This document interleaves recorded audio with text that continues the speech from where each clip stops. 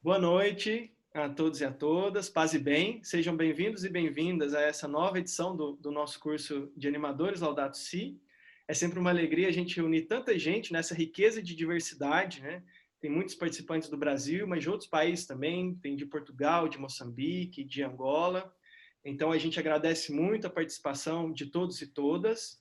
A gente vai fazer uma rodadinha bem rápida de apresentação entre nós aqui, só para antes de passar a palavra para o professor. Então, meu nome é Igor, eu vou caminhar com vocês durante essa jornada nesse curso de animadores Laudato Si. Eu moro em Uberlândia, em Minas Gerais, e coordeno o Movimento Católico Global pelo Clima em países de língua portuguesa.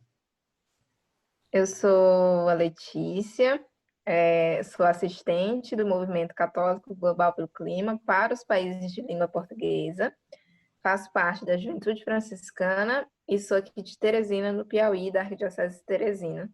E também vou caminhar junto com vocês aí nessa parte de assistência do curso de animadores durante essa nossa jornada. Olá, boa noite, paz e bem. Eu sou a Mayra, né? Sou de Floriano, no Piauí, e estou como coordenadora de programas para o movimento. E também vou acompanhar vocês, também sou da Juventude Franciscana, e a gente vai estar junto com vocês. Então, eu já aproveito, Letícia, para fazer a nossa oraçãozinha inicial. Estamos todos reunidos em nome do Pai, do Filho e do Espírito Santo. Amém. Deus onipotente, que estás presente em todo o universo e na mais pequenina de vossas criaturas.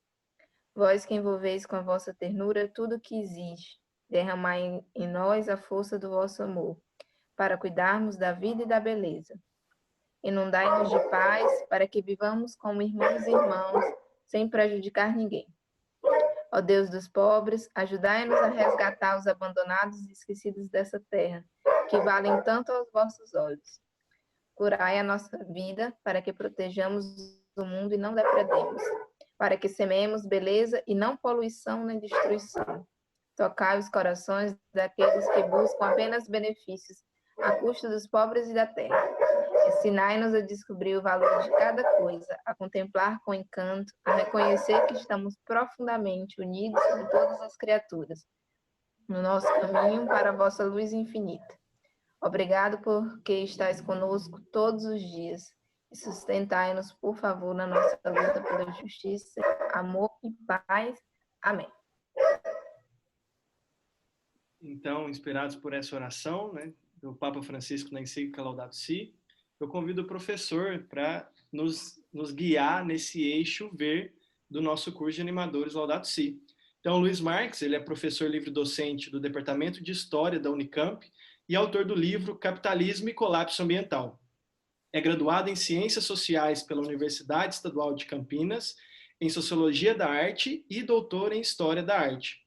Participa, com o coletivo de professores da Unicamp, da criação do portal Crisálida, dedicado à informação, pesquisa, debate e mobilização acadêmica em torno das crises socioambientais contemporâneas. Então, professor, muito obrigado pelo seu sim, muito obrigado por nos guiar nesse início de curso de animadores, e a palavra está com você. Muito obrigado, Igor. Muito obrigado aí pelo convite que vocês me fizeram. Eu tenho muita honra e muita alegria de estar com vocês nessa conversa que vamos ter. Eu vou começar muito rapidamente, porque o tempo é pequeno. Deixa eu ver que horas são agora.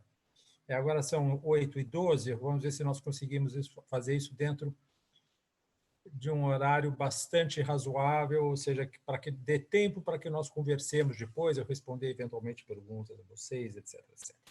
Então, muito bem, a proposta que me foi feita, né? Então, a ecologia integral, né, no tempo do coronavírus, né, e das emergências climáticas, em tempos de coronavírus, das emergências climática e ambiental. Então, eu vou, naturalmente, começar a falar um pouquinho sobre a questão do coronavírus, né, porque senão a gente não vai né, honrar aqui o nosso título, né? Embora o nosso tema principal seja as mudanças climáticas, né? Então, eu preciso agora... Pronto.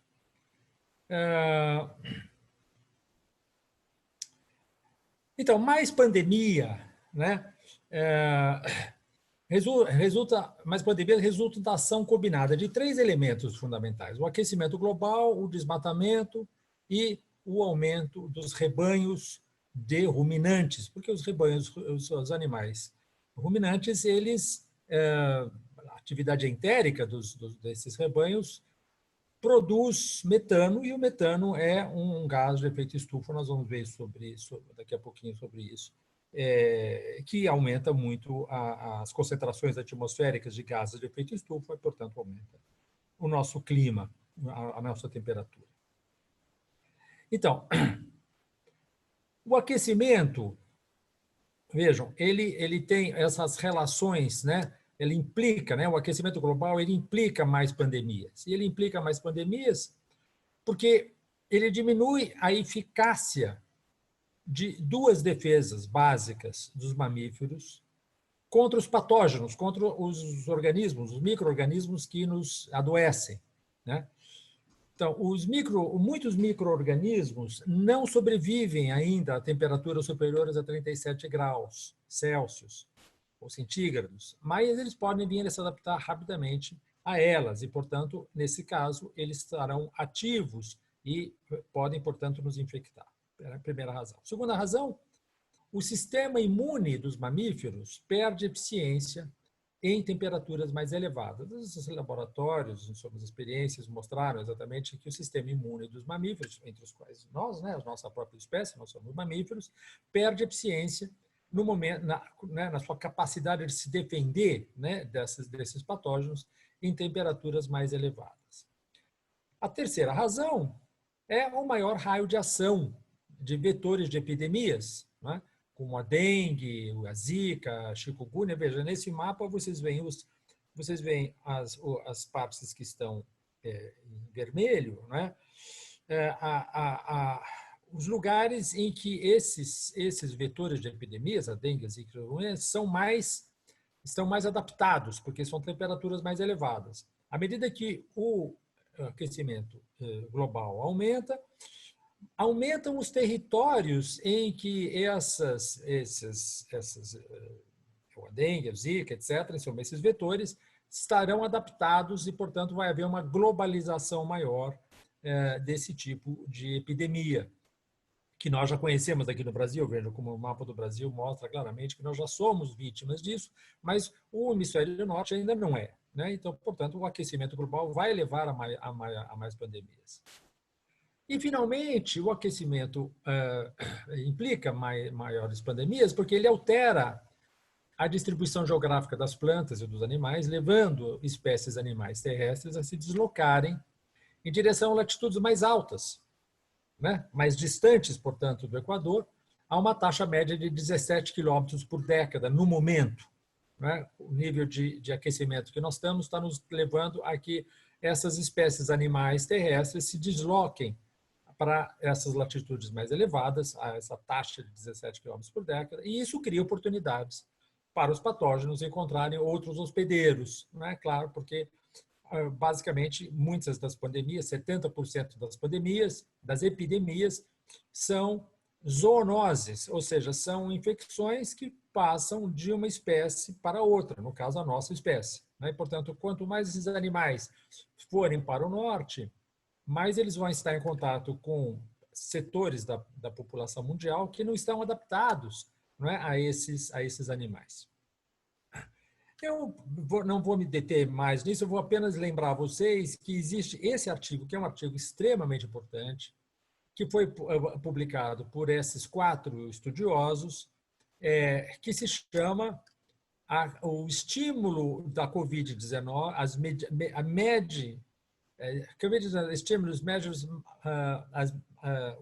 as medidas de estímulo do Covid-19 devem salvar vidas, proteger os modos de vida e salvaguardar a natureza para reduzir o risco de futuras pandemias. Isso foi um artigo que foi publicado a convite do IPBES. O IPBES, o que é? É o grande painel internacional de estudiosos do mundo todo que estudam a biodiversidade.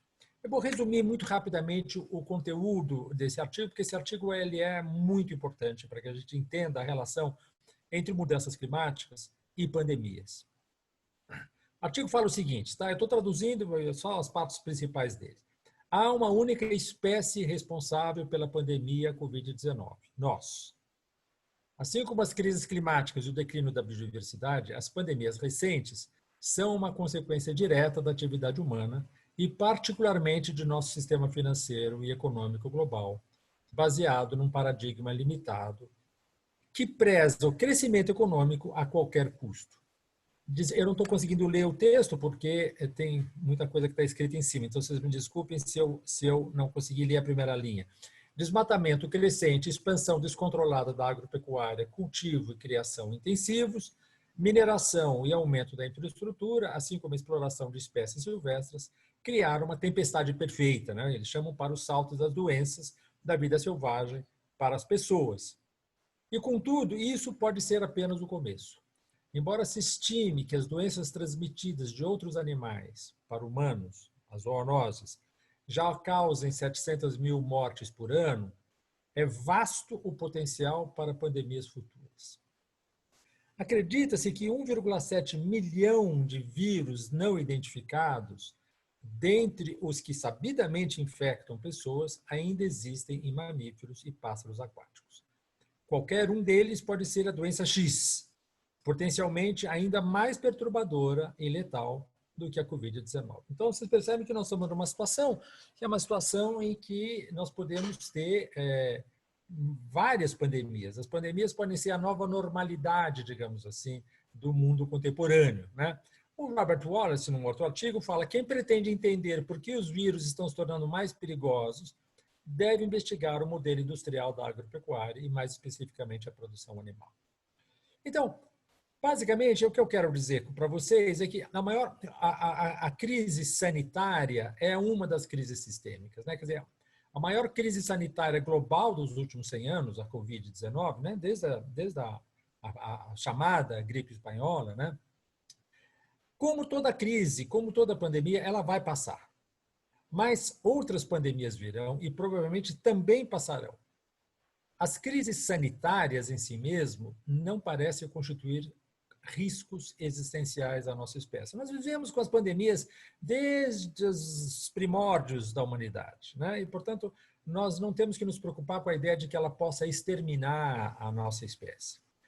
O que não vai passar e só vai piorar é a ação conjugada das ameaças sistêmicas da sociedade e à espécie humana. E aí vocês têm, ao menos, essas três grandes crises sistêmicas, né? A emergência climática, o aumento da temperatura média global do planeta, a aniquilação da biodiversidade, a diminuição das espécies, nós estamos na famosa sexta extinção em massa de espécies, e a intoxicação industrial dos organismos, que implica mais epidemias, mais câncer, mais resistência a antibióticos, mais distúrbios endócrinos, neurocomportamentais, etc. Hoje eu só vou falar com vocês sobre a questão da emergência climática, da questão do mudança climática, porque evidentemente nós não temos tempo para falar de tudo, né? E eu começo então com uma passagem, a passagem que todo mundo que leu, né, a encíclica Laudato Si conhece bem, que é o parágrafo 23, em que se lê: o clima é um bem comum, um bem de todos e para todos, né? A nível global, é um sistema complexo que tem a ver com muitas condições essenciais para a vida humana. Há um consenso científico muito consistente, indicando que estamos perante um preocupante aquecimento do sistema climático. Nas últimas décadas, este aquecimento foi acompanhado por uma elevação constante do nível do mar, sendo difícil não o relacionar ainda com o aumento de acontecimentos meteorológicos extremos, embora não se possa atribuir uma causa cientificamente determinada a cada fenômeno particular, né? Mas há uma relação geral entre eles. A humanidade é chamada a tomar consciência da necessidade de mudanças de estilos de vida, de produção e de consumo para combater este aquecimento, pelo menos as causas humanas que o produzem. Muito bem, as causas humanas que o produzem. Quais são essas causas humanas do aquecimento global? Então vamos começar por elas, né? Vamos entrar agora de cheio no problema do aquecimento global, das mudanças climáticas. Então, a causa é esse encadeamento de causas aqui que eu estou mostrando para vocês. Esses cinco itens que se encadeiam, né? Um leva ao 2, o 2 leva ao 3, o 3 leva ao 4 e o 4 leva ao 5. O primeiro é a queima de combustíveis fósseis, petróleo, gás e carvão. Mais o desmatamento, porque as florestas são grandes reservatórios de carbono, assim como esses combustíveis fósseis são carbono. E os incêndios florestais, os desmatamentos dos incêndios florestais. A queima desses combustíveis, o desmatamento e os incêndios florestais implicam, né, tá vendo essa flechinha aqui, quer dizer implicação, elas têm por consequência mais emissões de dois gases de efeito estufa muito importantes, o dióxido de carbono e o metano, o CH4, o metano. Esses são os dois, há vários gases de efeito estufa, mas esses são os dois mais importantes. E são aqueles que estão sendo emitidos, sobretudo, pelas atividades humanas. As maiores emissões de dióxido de carbono e de metano levam a quê? Número 3, levam maiores concentrações atmosféricas desses gases. É claro, quanto mais você emite esses gases, mais eles se concentram na atmosfera. Ora, essas concentrações maiores de gases de efeito estufa levam a um efeito estufa intensificado. Nós vamos ver isso aqui nos próximos slides, o que é o efeito estufa intensificado. Isso é importante porque é essencial que nós saibamos isso para entender o mecanismo. Isso leva a um mais aquecimento da atmosfera e dos oceanos. Então, vamos lá. Ponto 1, a queima de combustíveis fósseis mais desmatamento e incêndio. Vamos pensar na queima dos combustíveis fósseis. Vejam, o consumo de combustíveis fósseis, aqui é o gráfico que eu estou mostrando para vocês, né? Gás, lá em cima o vermelho, cinza o carvão e embaixo o petróleo, o azul o petróleo. Desde 1965 a 2018, vejam como todos os três gases, os três combustíveis aumentam incessantemente, sem parar. Às vezes há uma pequena quebrazinha nesse ritmo de crescimento, mas basicamente todos eles estão crescendo muito fortemente, né? E nós, portanto, esses combustíveis estão, à medida que eles são queimados, de 1965 a 2018, eles vão aumentando as emissões de gases de efeito estufa, né? Então, por exemplo, se vocês pegarem o petróleo, o consumo de petróleo global de 1970 a 2018, não precisamos ficar em números aqui, apenas entendam que é uma escadinha, tá vendo? Muito raramente a próxima barra será menor, muito raramente, será menor do que a barra anterior. Em geral, vocês veem claramente uma linha ascendente, né? Uma linha ascendente de que um aumento cada vez maior de petróleo. Aqui nós estamos falando em toneladas, em milhões de toneladas. Para vocês terem uma ideia, em 2018, nós consumimos todos os dias 100 milhões de barris. Todos os dias, a cada dia, 100 milhões de barris de petróleo. E, portanto, evidentemente que nós estamos criando uma enorme quantidade de emissões de gases com a queima desse petróleo, de gases de CO2, especificamente, mais propriamente, que vão aumentando. E aqui vocês também, aí isso é uma outra maneira de ver a questão. Vejam essa linha azul que nós temos aqui, a linha que vai quase reta, é a linha que começa em 2000 e vai até 2040. Isso são as projeções do aumento do consumo de petróleo, né? Aqui à direita, vocês estão vendo 120 milhões de barris de petróleo por dia em 2040. Sendo que em 2019, 2018, como vocês veem, nós chegamos em 100 milhões de barris de petróleo. O azul, a linha azul mais clara, seria aquele consumo prometido pelos países que, digamos assim, assinaram o Acordo de Paris em 2015 e levaria, portanto, a uma diminuição, ainda assim um aumento, mas um aumento menor desse consumo. E a linha vermelha seria a linha necessária, portanto, nós teríamos que diminuir muito rapidamente o consumo de petróleo até 2040, de maneira a consumir menos em 2040, muito menos do que nós consumimos em 2000, para que nós tivéssemos uma diminuição do aumento da temperatura, uma diminuição do aquecimento global. O que está acontecendo? O que está acontecendo é o contrário, vejam, né? Isso aqui são todos os gases de efeito estufa, né? O CO2, ou seja, o dióxido de carbono, o CH4, ou seja, o metano, o óxido nitroso, o N2O, os gases fluorados, E em cima, está vendo esse nível aqui, mais ou menos, esse fantasminha cinza? Isso são as emissões derivadas do desmatamento, basicamente, da mudança de uso de solo, como eles chamam. E tudo isso nos leva ao quê? Nos leva que em 2018 houve emissões de 55,6 gigatoneladas de CO2 equivalente. O que é uma gigatonelada? É 1 bilhão de toneladas. Uma gigatonelada é 1 bilhão de toneladas.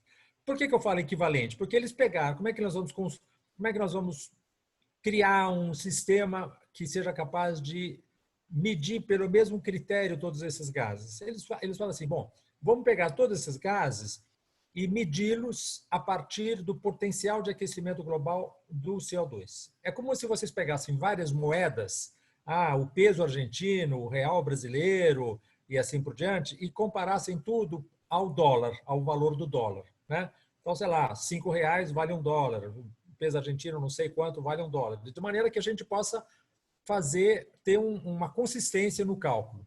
Se nós reduzirmos ou convertermos todo o potencial de aquecimento global de todos esses gases ao potencial de aquecimento global do CO2, nós vamos ter, então, 55,6 bilhões de toneladas de CO2 equivalente, ou seja, de todos os gases medidos em função do potencial de aquecimento global do CO2. Isso em 2018. Portanto, houve um aumento, que vocês podem perceber, de 57%, em relação a, não consigo ler aqui o que está escrito, mas e 43% em relação a 2015. Muito bem. Mais da metade dessas emissões de CO2, vejam isso que isso é muito importante, mais da metade das emissões desde 1750, vejam nesse gráfico, desde 1750. Né? Se nós pegarmos as emissões, porque em 1750 começa exatamente a queima do carvão, começa a Revolução Industrial. Então, se nós pegarmos desde 1750 até 2017, vocês veem o quê? Vocês veem que mais da metade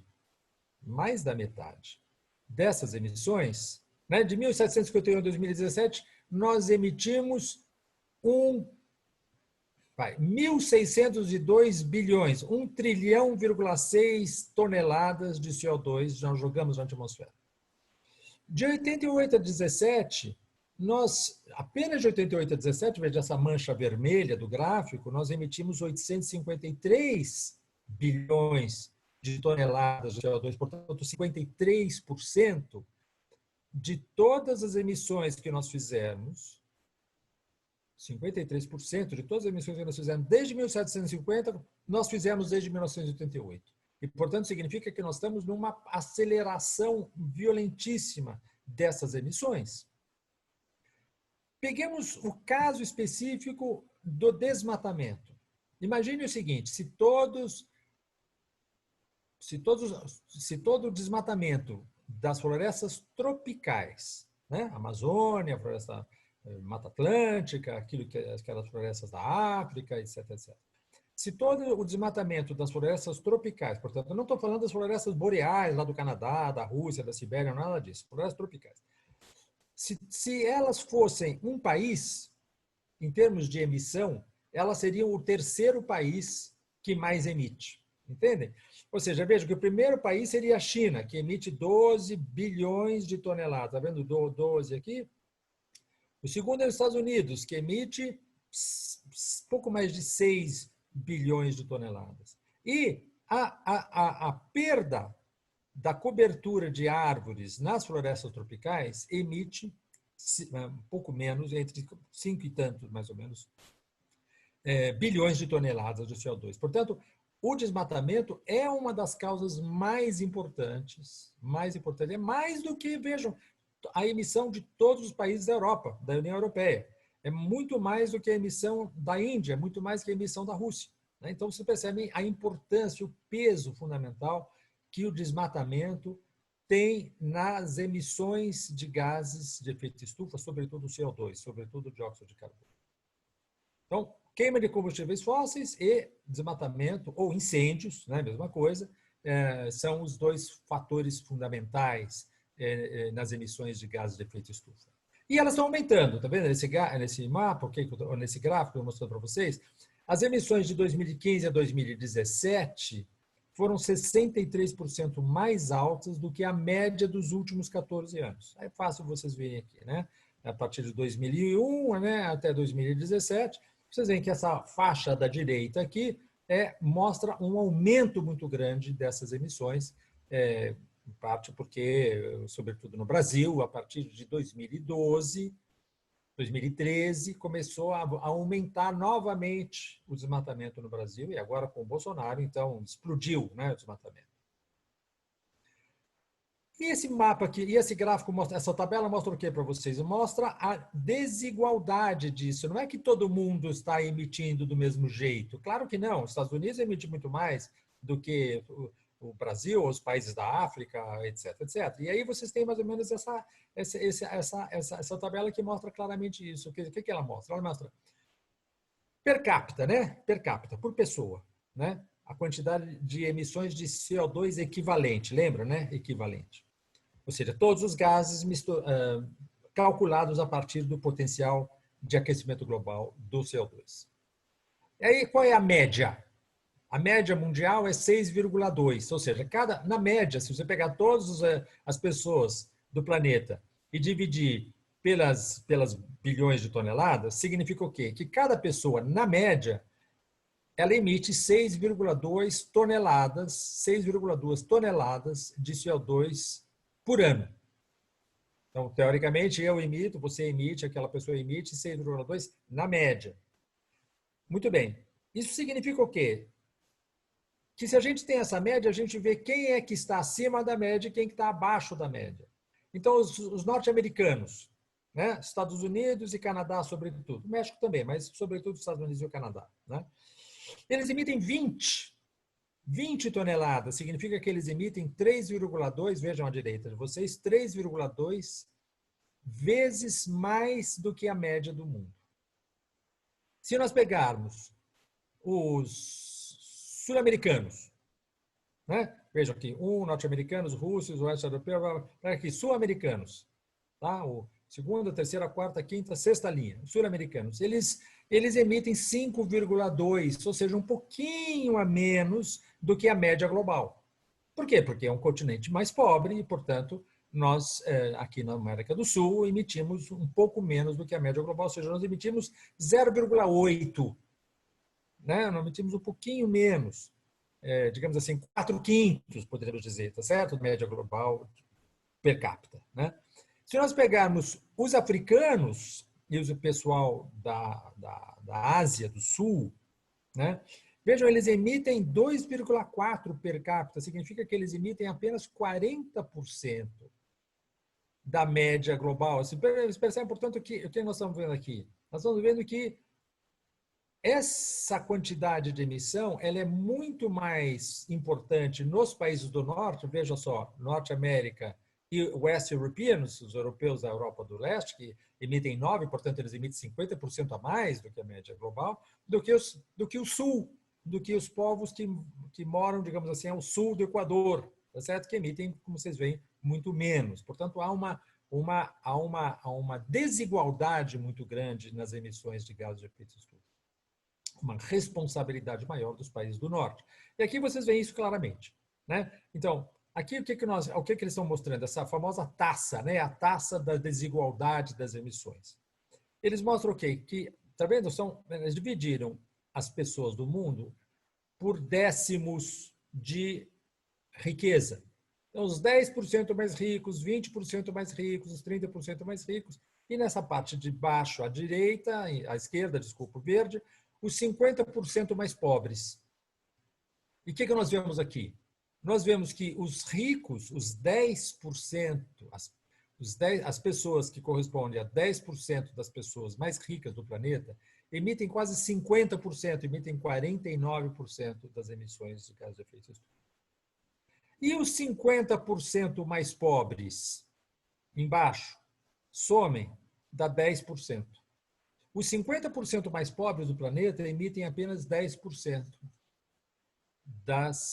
do CO2 do planeta. Portanto, a desigualdade social Agora, né, antes eu estava mostrando a desigualdade geográfica. Agora eu estou mostrando a desigualdade social. Ela ainda é pior, né? Ela ainda é pior. Vocês percebem que existe uma gigantesca quantidade de gases de efeito estufa que são emitidos pelos 10% mais ricos do planeta. Isso leva ao quê? Isso leva a concentrações atmosféricas de CO2. Né? Quanto mais você emite, mais ela se concentra na atmosfera. Ora, o que nós vemos aqui? Nós vemos que nós estávamos em 2018 em 407 ppm, partes por milhão. Você pega, vamos dizer assim, uma certa porção da atmosfera e dessa porção da atmosfera, a cada milhão de partículas de gases daquela atmosfera, 407 são de CO2. Entende? Ora, essa concentração é gigantesca. Né? Em 2018 ela era em 407, mas olhem para trás. Olhem para trás, olhem lá no comecinho do gráfico, 800 mil anos atrás. Nunca na história do planeta, nesses últimos 800 mil anos, essas concentrações de CO2 ultrapassaram 300 partes por milhão. Enquanto que em 2018 nós estamos em 407 partes por milhão. Nós vamos voltar a essa questão, mas essa questão é essencial. Quanto maior a concentração de gases de efeito estufa, que no caso o CO2, mas não é apenas o CO2, esse gráfico mostra o CO2, é o mais importante. Não importa. Quanto maior a concentração de gases de efeito estufa na atmosfera, maior vai ser o aquecimento. Eu vou mostrar isso para vocês na próxima questão. Então, as concentrações atuais nunca estiveram tão altas, senão há 3 milhões de anos atrás. E nesse momento a temperatura estava 2 graus a 3 graus centígrados Celsius acima do período pré-industrial. E o nível do mar estava 15 a 25 metros mais alto do que hoje. Então, é mais ou menos esse o nível de aquecimento ao qual nós já estamos condenados hoje. E vou mostrar um pouquinho mais. Então, tá vendo aqui, ó, aqui em 2019 nós estávamos em 415, tá vendo? Em 2018 407, em 2019 415. Ou nós estamos em 415 e um pouquinho mais hoje. Muito bem. Não sei se isso está claro. Se vocês quiserem que eu vá mais devagar, dá um toque aí que eu vou mais devagar. A taxa de aumento das concentrações atmosféricas vem se acelerando. Então, peguem aqui em 1960, 69, lá embaixo, lá, 1960, 69. Nessa década dos anos 60, ela estava aumentando 0,85 partes por milhão por ano. Agora, vamos pegar 2010, 2019, lá no topo. 2,4 ppm por ano. Vejam, de 0,85 passou para 2,40. Isso significa que quase triplicou a taxa de aceleração, a taxa de aumento das concentrações por ano. Né? Nós estamos fazendo o quê? Nós estamos, portanto, acelerando, né, a causa do aquecimento global. Vamos chegar, então, finalmente, no mecanismo. Qual é o mecanismo? Falei para você, quanto maior a concentração, maior o aquecimento. Por quê? Por causa do efeito estufa. E o que é o efeito estufa na atmosfera? Isso é importante que a gente entenda. O efeito estufa é uma coisa ótima. O efeito estufa significa, vejam, nessa imagem vocês têm o efeito estufa natural e à direita vocês têm o efeito estufa intensificado pelo homem. Lembra que eu falei para vocês do efeito estufa intensificado? Esse que é o problema.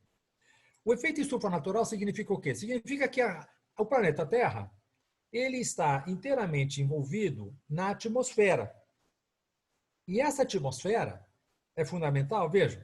O efeito estufa natural é uma condição de vida no planeta.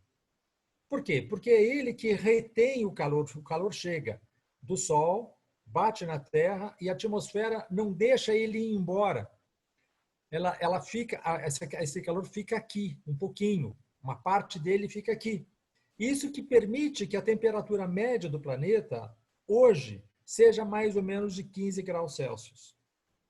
Portanto, maravilhoso. Nós temos um planeta que permite a vida. Se não houvesse atmosfera, não haveria efeito estufa.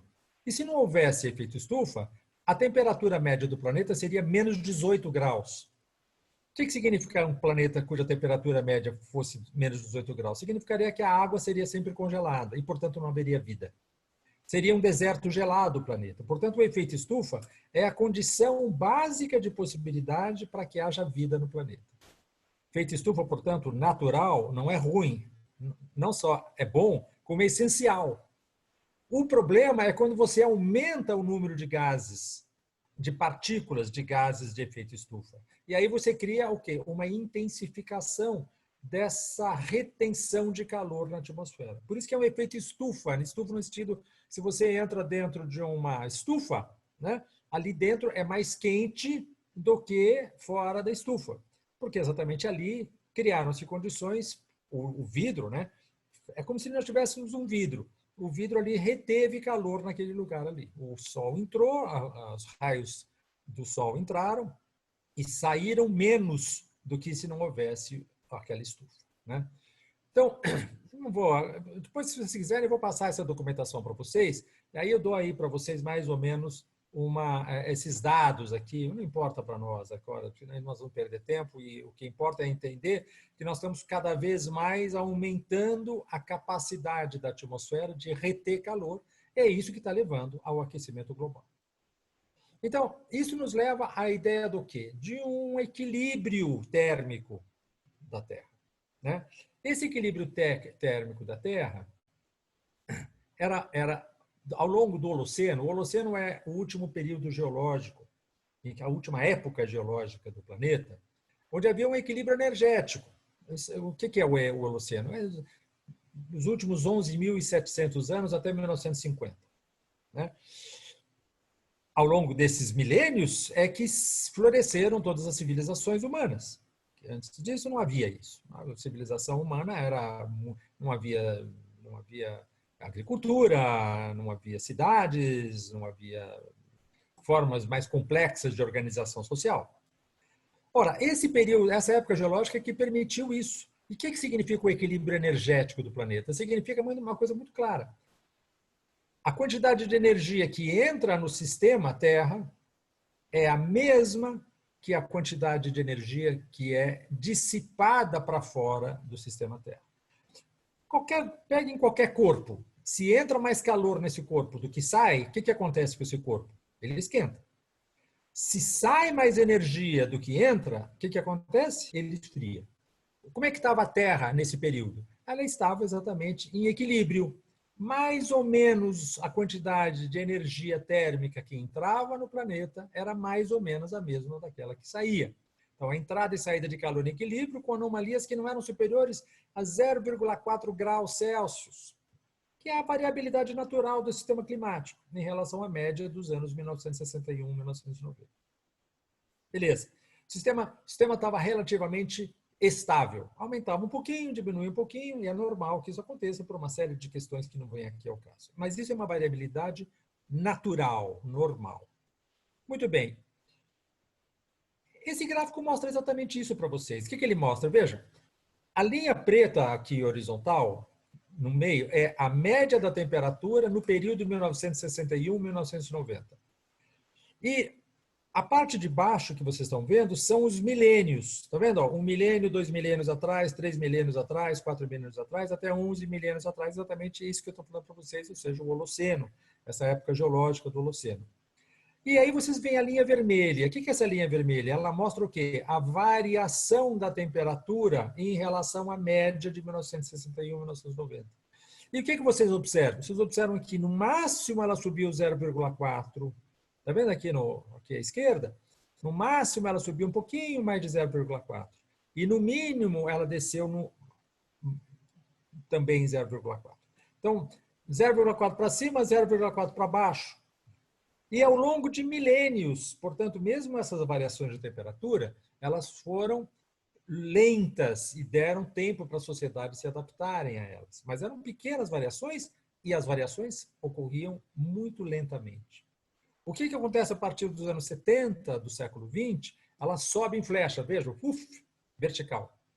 né? E aí vocês têm exatamente o quê? Vocês têm uma temperatura que já está maior do que em todo o Holoceno, em todos os últimos 11.700 anos da história da nossa civilização.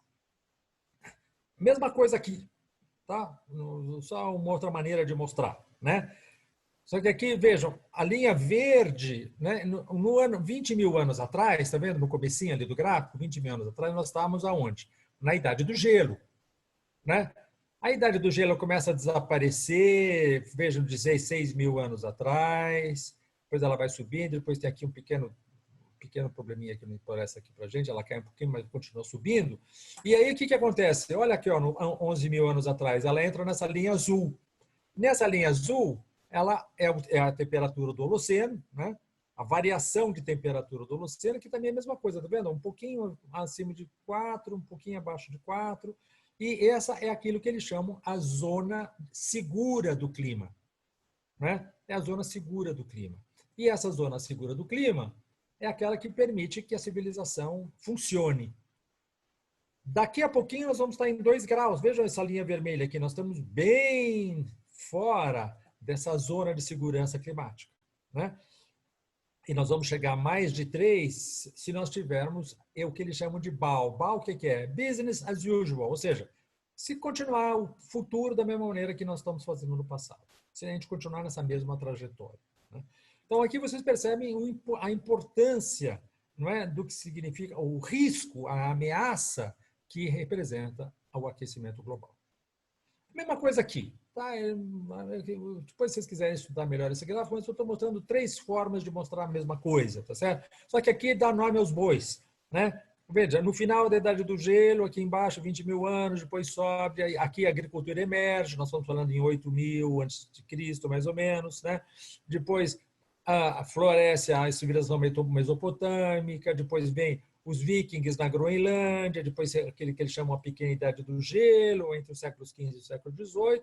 Até 1940, nós estávamos exatamente na média de 61,90. Aí, pum, sobe de novo. Aí começa a subir, né? Já vou mostrar mais para vocês. Isso significa o quê? Significa que nós estamos com um desequilíbrio térmico do planeta. E quando existe um desequilíbrio térmico do planeta, quando entra mais energia do que se dissipa energia, é inevitável que o aquecimento ocorra. E ele vai ocorrer até quando? Até o momento em que a Terra dissipar novamente para fora do sistema Terra tanta energia quanto ela recebeu. É simples, né? É simples. Muito bem. Por causa disso, mais aquecimento é inevitável. Ele vai ocorrer mesmo que nós não emitíssemos mais nenhum grama de gases de efeito estufa, CO2, metano, por causa desse desequilíbrio térmico, né? Então, o que significa isso? Eu estou citando aqui o grande estudioso do assunto, que é um fulano chamado James Hansen, que era diretor da NASA, de um departamento da NASA que estudava exatamente essa questão. James Hansen, em 2012, fez esse texto e ele disse no texto: há um desequilíbrio energético temporário. Todo desequilíbrio é temporário. Por quê? Porque ele vai levar o sistema a se reequilibrar.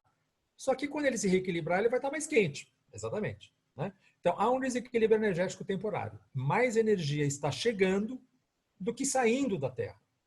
E isso continuará até que a Terra se aqueça o bastante de novo, para de novo irradiar para fora tanta energia quanto ela absorve do Sol. Acabei de dizer para vocês, né? De quanto é esse desequilíbrio? O desequilíbrio energético total é de cerca de 6 décimos de watts por metro quadrado. Isso em 2012. Hoje é 8,8 décimos. Aumentou esse desequilíbrio em 2020. É enorme. É como se vocês pegassem uma lampadinha, pensa assim, uma lampadinha que tivesse 6 décimos de watt por metro. Pega uma lâmpada de 1 watt, tá bem? E pega essa lâmpada de 1 watt e coloca em 2 metros quadrados. É como se todo o planeta Terra, a cada 2 metros quadrados, tivesse uma lampadinha de 1 watt aquecendo o planeta naquele momento lá. É gigantesco. É cerca de 20 vezes maior do que a taxa de energia usada pela humanidade. É o equivalente a explodir 400 mil bombas atômicas de Hiroshima, da potência da bomba de Hiroshima, por dia. 365 dias por ano. É quanto a Terra está absorvendo em energia suplementar todos os dias, né? É por isso que nós estamos aquecendo sem parar e nós vamos continuar aquecendo. Por isso que é preciso pôr o pé no freio, começar a diminuir as emissões de gases de efeito estufa. O cálculo que eles fazem é que, vejam, desde 1998, o planeta está acumulando 4 bombas atômicas da potência da de Hiroshima, em termos de energia térmica, por segundo. Imagine que a cada segundo houvesse 4 bombas da potência de Hiroshima explodindo no planeta. É isso que o planeta está ganhando em termos de energia térmica todos os segundos, né?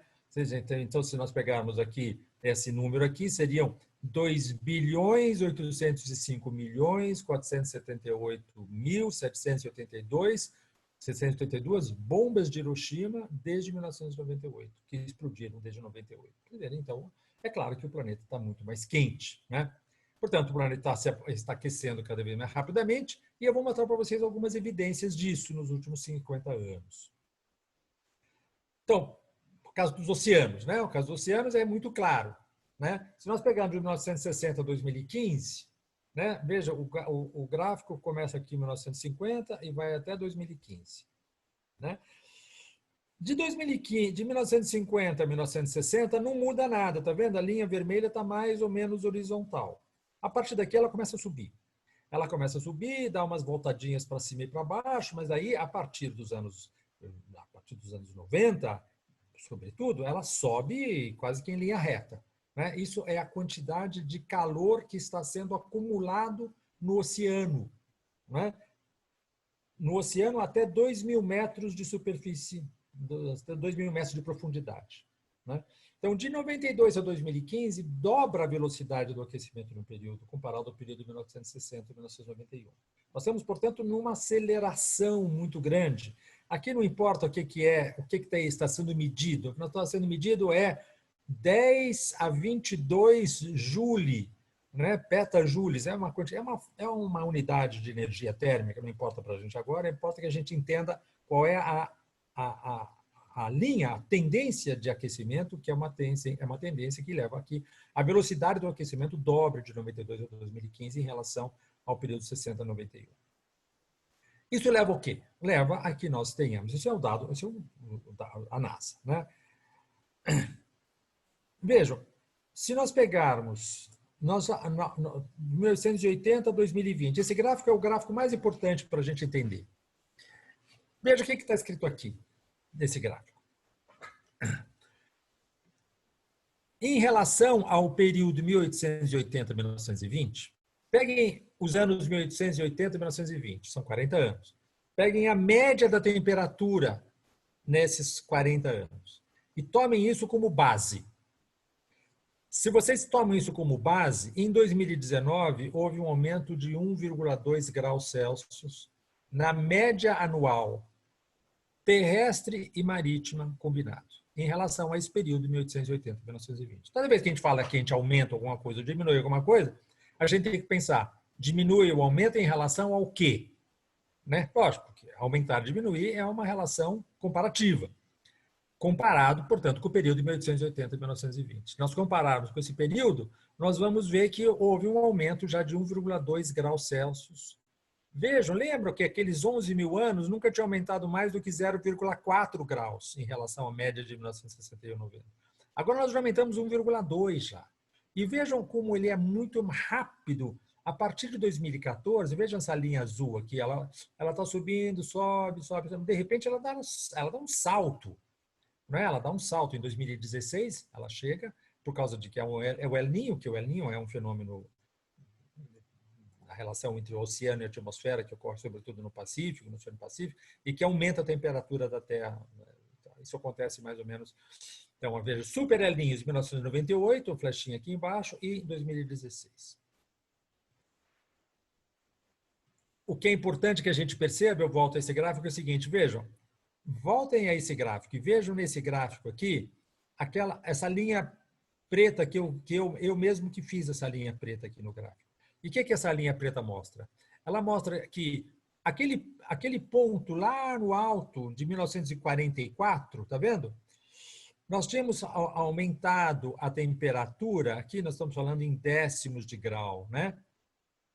Então, chega um pico em 1944, depois desce. Depois volta novamente a crescer até 1970 e pouco, 76, 77. Né?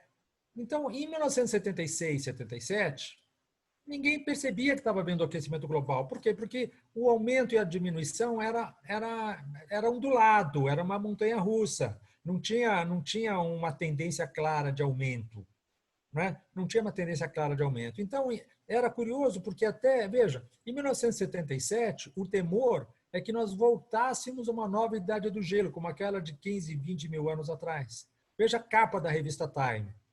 Como sobreviver à idade do gelo vindoura, aquela que está vindo, né?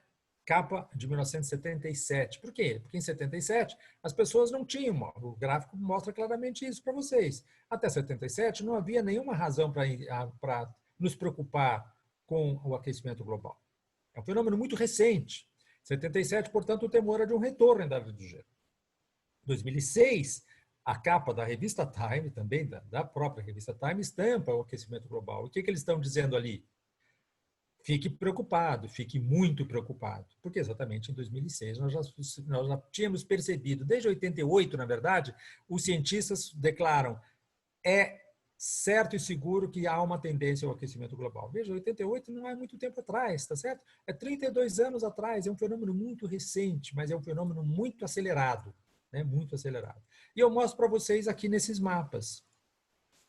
Vejam, em junho, se vocês pegarem a média de 1951 e 1980 e pegarem em junho de 76, as partes do mapa que estão azuis são aquelas cuja temperatura era menor que a média de 1951 e 1980. E as partes que estão em amarelo, laranja e vermelho eram acima.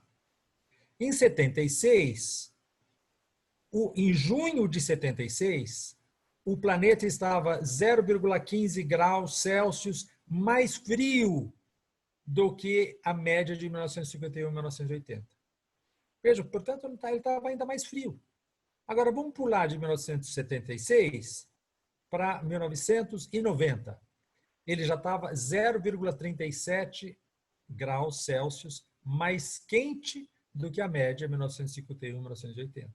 E aí vocês veem claramente que as partes que são amarelas, que são laranja e vermelhas, são mais extensas do que a parte azul.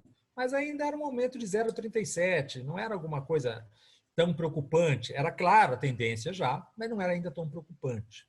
Se nós pegarmos agora em junho de 2018, a temperatura já é 0,78 graus Celsius acima da média de 1951 e 1980. Aí vocês vão ver, aí vocês veem claramente que nós estamos numa situação em que a preponderância de temperaturas mais elevadas, e aqui vejam a barra, que significa o quê? O amarelo clarinho é de 0,2 a 0,5.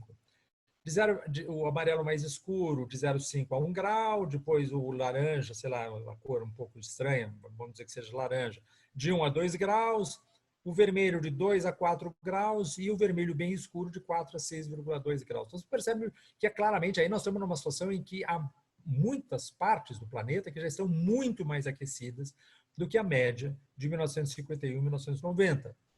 E se nós pegarmos agora março de 2020, portanto, alguns poucos meses atrás, nós já estamos 1,18 graus Celsius acima do período de 1951 e 1980. Mas se nós pegarmos em relação, não a 51 e 80, mas em relação a 1880 e 1920, em março, no mesmo mês de março de 2020, nós já estávamos mais de 1,5, nós estávamos em 1,51 mais quente do que aquele período anterior, 1880 e 1920. Aí nós estamos claramente vendo que nós estamos numa situação de crise, de emergência climática muito forte. Em abril de 2020, nós estamos 1,34. Houve um pouquinho, uma pequena diferença, né? De 51 para 34, mas ainda assim nós estamos numa situação, nós estamos muito próximos de um aumento de 1,5 na média anual, porque aqui nós estamos falando de média mensal, né? Na média anual, se nós chegarmos em 1,5, nós vamos estar numa situação muito mais complicada do que nós estamos hoje. Hoje nós estamos em 1,2, está lembrado? Ó, 1,2 em 2019. Nós estamos pensando em alguma coisa como 1,3, talvez já no final de 2020. Isto é o que está acontecendo até agora. Vamos falar sobre o futuro imediato, né, do aquecimento. Deixa eu ver que horas são agora para não me... Ih, mas já está. Eu vou falar mais um pouquinho, vou parar, senão não vai dar tempo da gente conversar. O futuro imediato é o seguinte: os próximos 5 a 10 anos levarão inevitavelmente a um aquecimento médio global superior a 1,5. Eu vou mostrar isso para vocês. Há 20% de chances de que o aquecimento médio global ocorra a um nível de 1,5 até 2024 em relação ao período pré-industrial. Portanto, nós estamos numa situação de grande emergência, né? Mesma coisa aqui, né?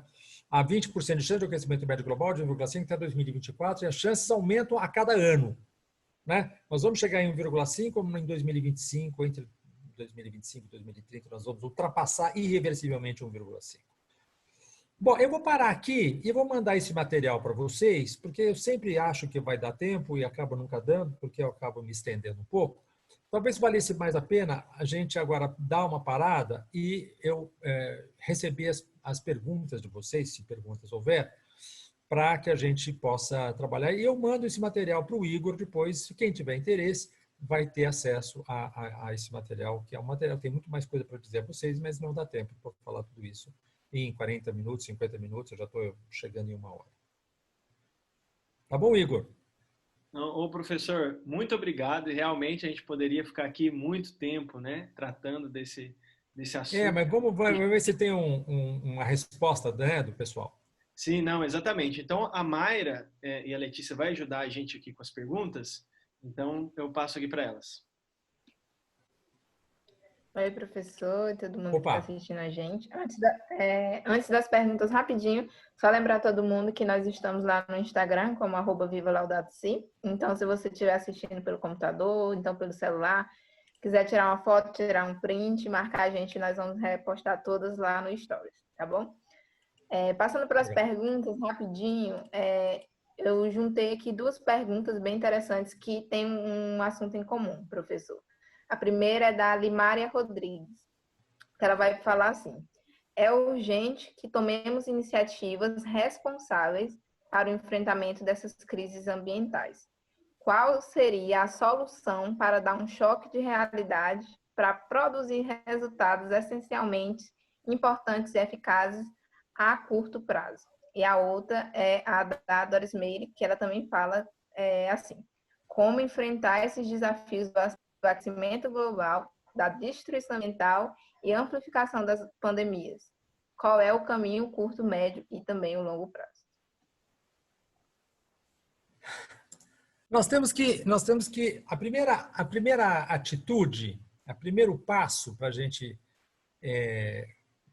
confrontar esse problema é admitir a existência dele e admitir não apenas a existência, mas entender a gravidade dele. Porque se você tem uma doença grave, mas você não tem consciência disso, é claro que você não vai reagir. Então, a primeira questão é a consciência. Temos que ter consciência de que nós estamos numa situação crítica, uma situação que põe em risco a sociedade organizada e, no limite, a própria existência da espécie. Então, se esse passo for dado, e for dado de fato, se a pessoa se imbuir dessa questão, se ela se informar, se ela entender qual é o nível do problema, 50% está feito. Por quê? Porque ela vai agora priorizar as suas ações, as suas escolhas em função dessa situação. Se eu disser para uma pessoa que ela tem uma gripe, ela fala, tudo bem, vou ficar em casa um pouquinho, numa boa, daqui a 2, 3 dias eu estou bem, certo? Se eu disser para a pessoa que ela tem um problema cardíaco, que ela tem que agora tomar as precauções as piores possíveis, as mais graves possíveis, evidentemente que ela vai tomar um outro tipo de atitude. Então, é importante perceber que nós estamos muito gravemente doentes. A Terra está muito gravemente doente. E, portanto, nós temos que ter uma terapia em relação a isso. Dado esse passo, aí nós vamos começar a discutir quais são as estratégias. As estratégias são várias, nós sabemos o que nós temos que fazer. Nós temos que diminuir o nosso consumo de combustíveis fósseis. Isso significa diminuir o nosso consumo de forma geral. Em segundo lugar, nós temos que parar de desmatar. Nós temos que não só parar de desmatar, nós temos que restaurar, na medida do possível, essas grandes extensões territoriais que eram recobertas de florestas e que agora não são mais. No caso da Amazônia, significa 20% da Amazônia já foi destruído. São mais de 800 mil quilômetros quadrados. Pensem que o estado de São Paulo tem 240 mil quilômetros quadrados. Nós já suprimimos a cobertura florestal da Amazônia em 800 mil quilômetros quadrados. No caso do Cerrado, 1 milhão de quilômetros quadrados. Então, se vocês pegarem o que era a cobertura vegetal do Cerrado e da Amazônia e somarem o desmatamento dos dois, nós vamos chegar a quase 2 milhões de quilômetros quadrados. Significa quase 1/4 do território do Brasil foi descascado, foi retirado, foi esfolado das suas coberturas vegetais. Isso tem consequências na água, etc, etc. Então, tudo isso só pode ser pensado, e eu concluo aqui, se nós adotarmos atitudes individuais, claro. Por exemplo, vamos parar de consumir carne. Tem gente que tem mais dificuldade, tem gente que tem menos dificuldade de parar de comer carne. Cada um vai adotar a sua capacidade. Mas essa capacidade tem que ser assim, vamos diminuir o consumo de carne, porque a carne é o principal responsável pelo desmatamento no Brasil, a carne bovina. Porque 80% da carne bovina produzida no Brasil é consumida por nós, não é exportada não, é consumida por nós. Então, nós somos responsáveis por isso muito fortemente. Então, diminuir individualmente, vamos diminuir o consumo de carne, ou parar completamente, nos tornar vegetarianos, por exemplo, alguma coisa assim. Ou vamos também diminuir o nosso consumo, não precisa consumir tanto como a gente consome, mas isso individualmente. Coletivamente é uma atitude política. A pessoa tem que escolher o seu candidato nas suas eleições e pressionar os atuais eleitos para que eles tomem atitudes que sejam coerentes com a situação do planeta. Então, eu acho que nós saímos da consciência para a questão individual e para a questão política. Agora, não é fácil.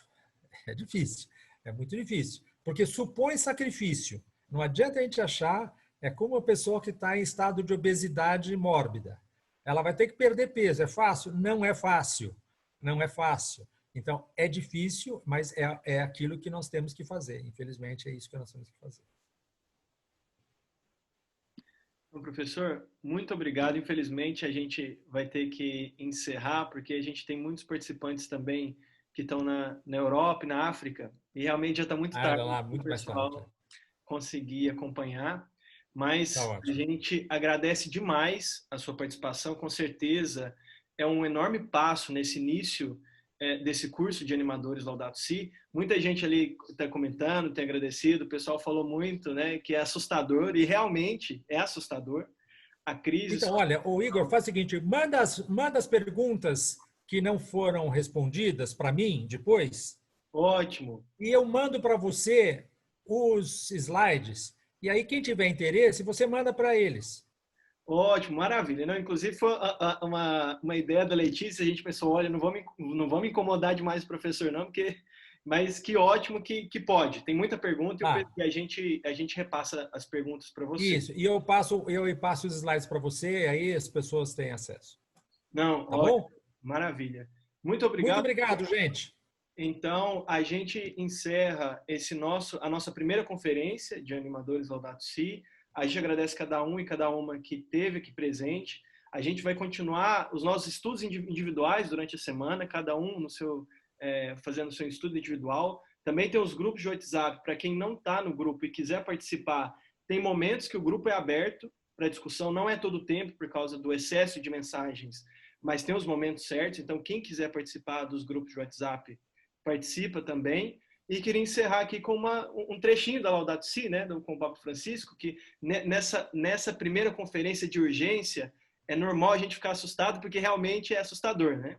Mas o Papa Francisco, justamente nesse ver, né, nessa necessidade de a gente enxergar o tamanho da crise socioambiental que a gente vive, ele nos faz um apelo. Então, no parágrafo 14, ele diz: lança um convite urgente a renovar o diálogo sobre a maneira como estamos construindo o futuro do planeta. Precisamos de um debate que nos una a todos, porque o desafio ambiental que vivemos e as suas raízes humanas diz respeito e tem impacto sobre todos nós. Espero que essa carta encíclica, que se insere no magistério social da Igreja, nos ajude a reconhecer a grandeza, a urgência e a beleza do desafio que temos pela frente. Então, esse é um passo que a gente dá nesse chamado do Papa Francisco e a gente continua a nossa caminhada nesse curso de animadores e animadoras Laudato Si. Paz e bem a todos e muito obrigado novamente, professor. Tchauzinho. Tchau, tchau. Tchau, tchau.